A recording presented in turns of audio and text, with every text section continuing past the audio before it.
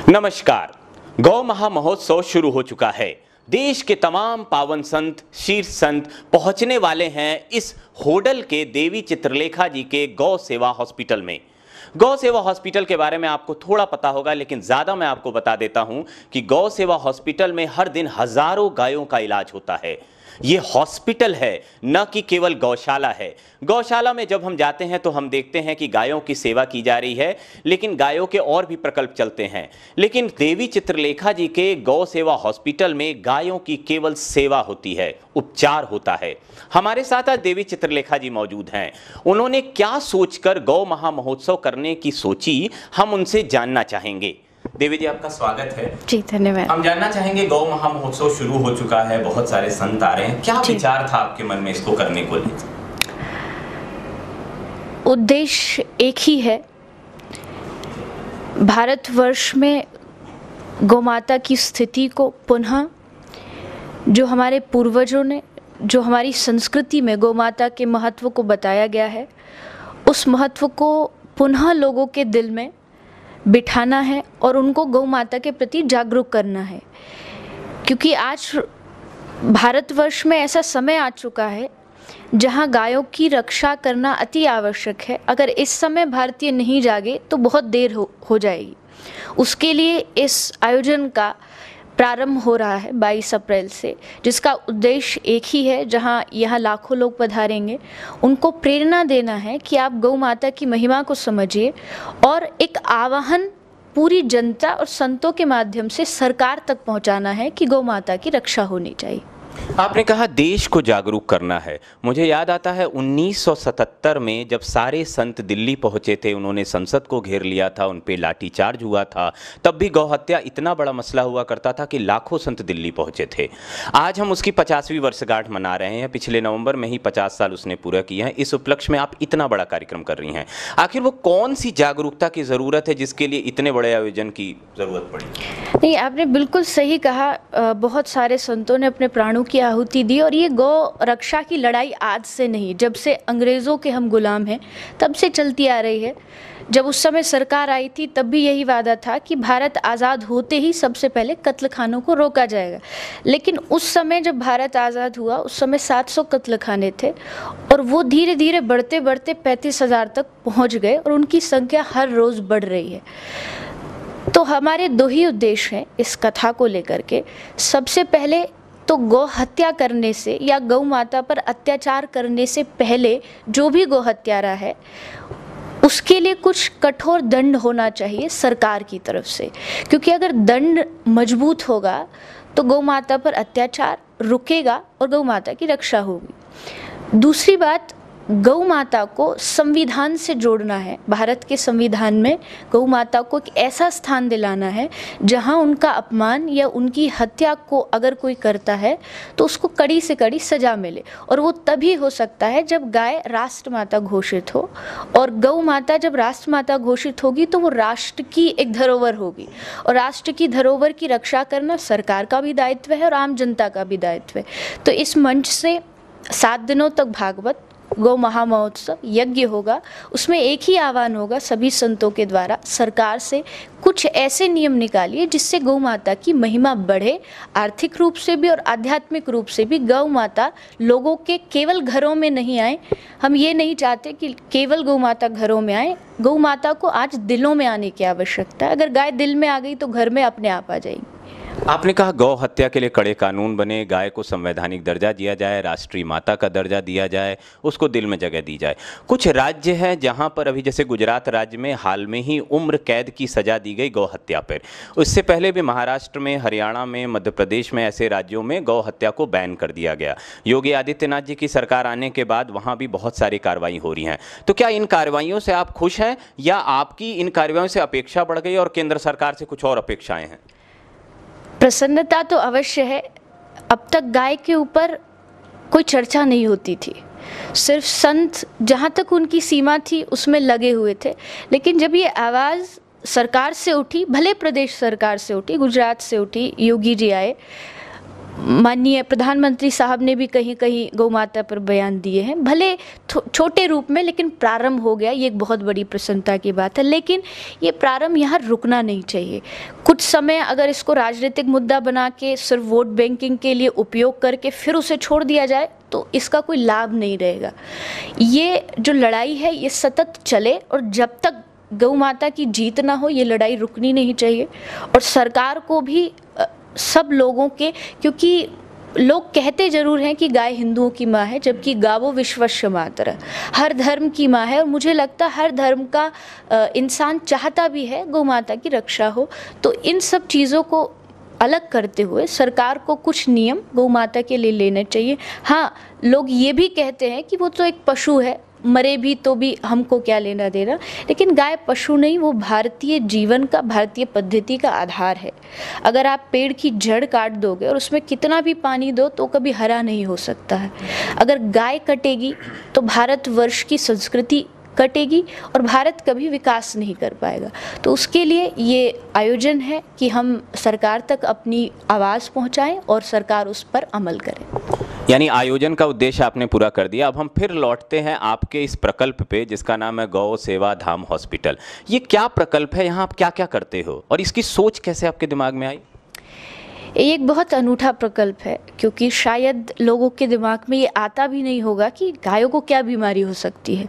और शायद हमने भी जब ये प्रारंभ किया था, लोग सोचते हम बिल्डिंग कैसे बनाएंगे, हम चारा कैसे लाएंगे। हमने सोचा हम बीमार गाय कहाँ से लाएंगे। हमने हॉस्पिटल प्रारंभ कर दिया, लेकिन गाय कहाँ से आएंगी। लेकिन वास्तविकता में जब आप किसी कार्य में घुसते हैं तब आपको सच्चाई पता लगती है। और सच्चाई ये है कि आज भी भारतवर्ष में जितनी गाय कत्लखानों में कटती हैं, उतनी ही गाय इलाज के अभाव में मर रही हैं। कहीं ना कहीं सड़कों पर, रोड एक्सीडेंट में, या गाय को लोगों को ये नहीं पता गाय को कैंसर होता है, गाय को अल्सर होता है, हर्निया होता है, गाय को बुखार होता है, गाय को जुकाम होता है। ये सब बीमारियां गाय को होती हैं, जो शायद इस हॉस्पिटल से प्रारंभ में हम भी इतना नहीं जानते थे। पर एक सोच ये थी कि कोई भी पशु भी हो, कुत्ता है, बिल्ली है, किसी का पेट होता है तो हॉस्पिटल जाके दिखाता, प्राइवेट सेंटर होते, पर इन गायों का क्या जो सड़कों पर घूम रही हैं, इनका कोई मालिक नहीं है। तो उसके लिए हॉस्पिटल प्रारंभ किया गया। 3 वर्ष इसको हो चुके हैं और गौ माता की ही कृपा है कि इस 3 वर्षों में गौ माता की सेवा जो हमने सोची नहीं थी उससे कहीं बढ़ के हो रही है।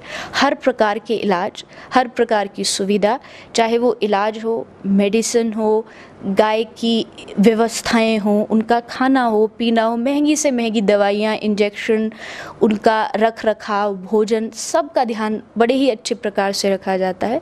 एम्बुलेंस के द्वारा आसपास सब नंबर्स दिए गए हैं, तुरंत फ़ोन आता है, तुरंत एम्बुलेंस जाती है, गाय को लाके जब तक उनको स्वस्थ नहीं होती तब तक यहाँ रखा जाता है और स्वस्थ करने के बाद उनको गौशाला में भेज दिया जाता है। स्वाभाविक है, हमने बहुत सारे शहरों में गायों को टहलते देखा है, वो कई बार ट्रैफिक जाम भी कर देती हैं। लेकिन इस दिशा में आपने सोचा और इस दिशा में जैसा कि आप बता रही हैं तो मुझे भी बहुत कुछ सोचने को लग रहा है कि हाँ, गाय को इतनी बीमारियां होती हैं। लेकिन हम ये जानना चाहेंगे कि ये जो आपकी यात्रा रही है 3 साल की, एक तो उसमें चुनौतियाँ क्या क्या थी, दूसरा कौन कौन सी पीड़ाएं हुई, और तीसरा अब आगे विज़न क्या है? क्या ये 3 साल की जो यात्रा है वो 30 साल तक जाएगी और 400 की सेवा 40,000 तक जाएगी? ये कैसे आप करेंगी? इतना बड़ा प्रकल्प, आपको समाज से क्या क्या चीज़ों की ज़रूरत है, क्योंकि बिना सहयोग के तो कुछ होता नहीं है। जी नहीं, देखिए बहुत आप सही एकदम बोल रहे हैं।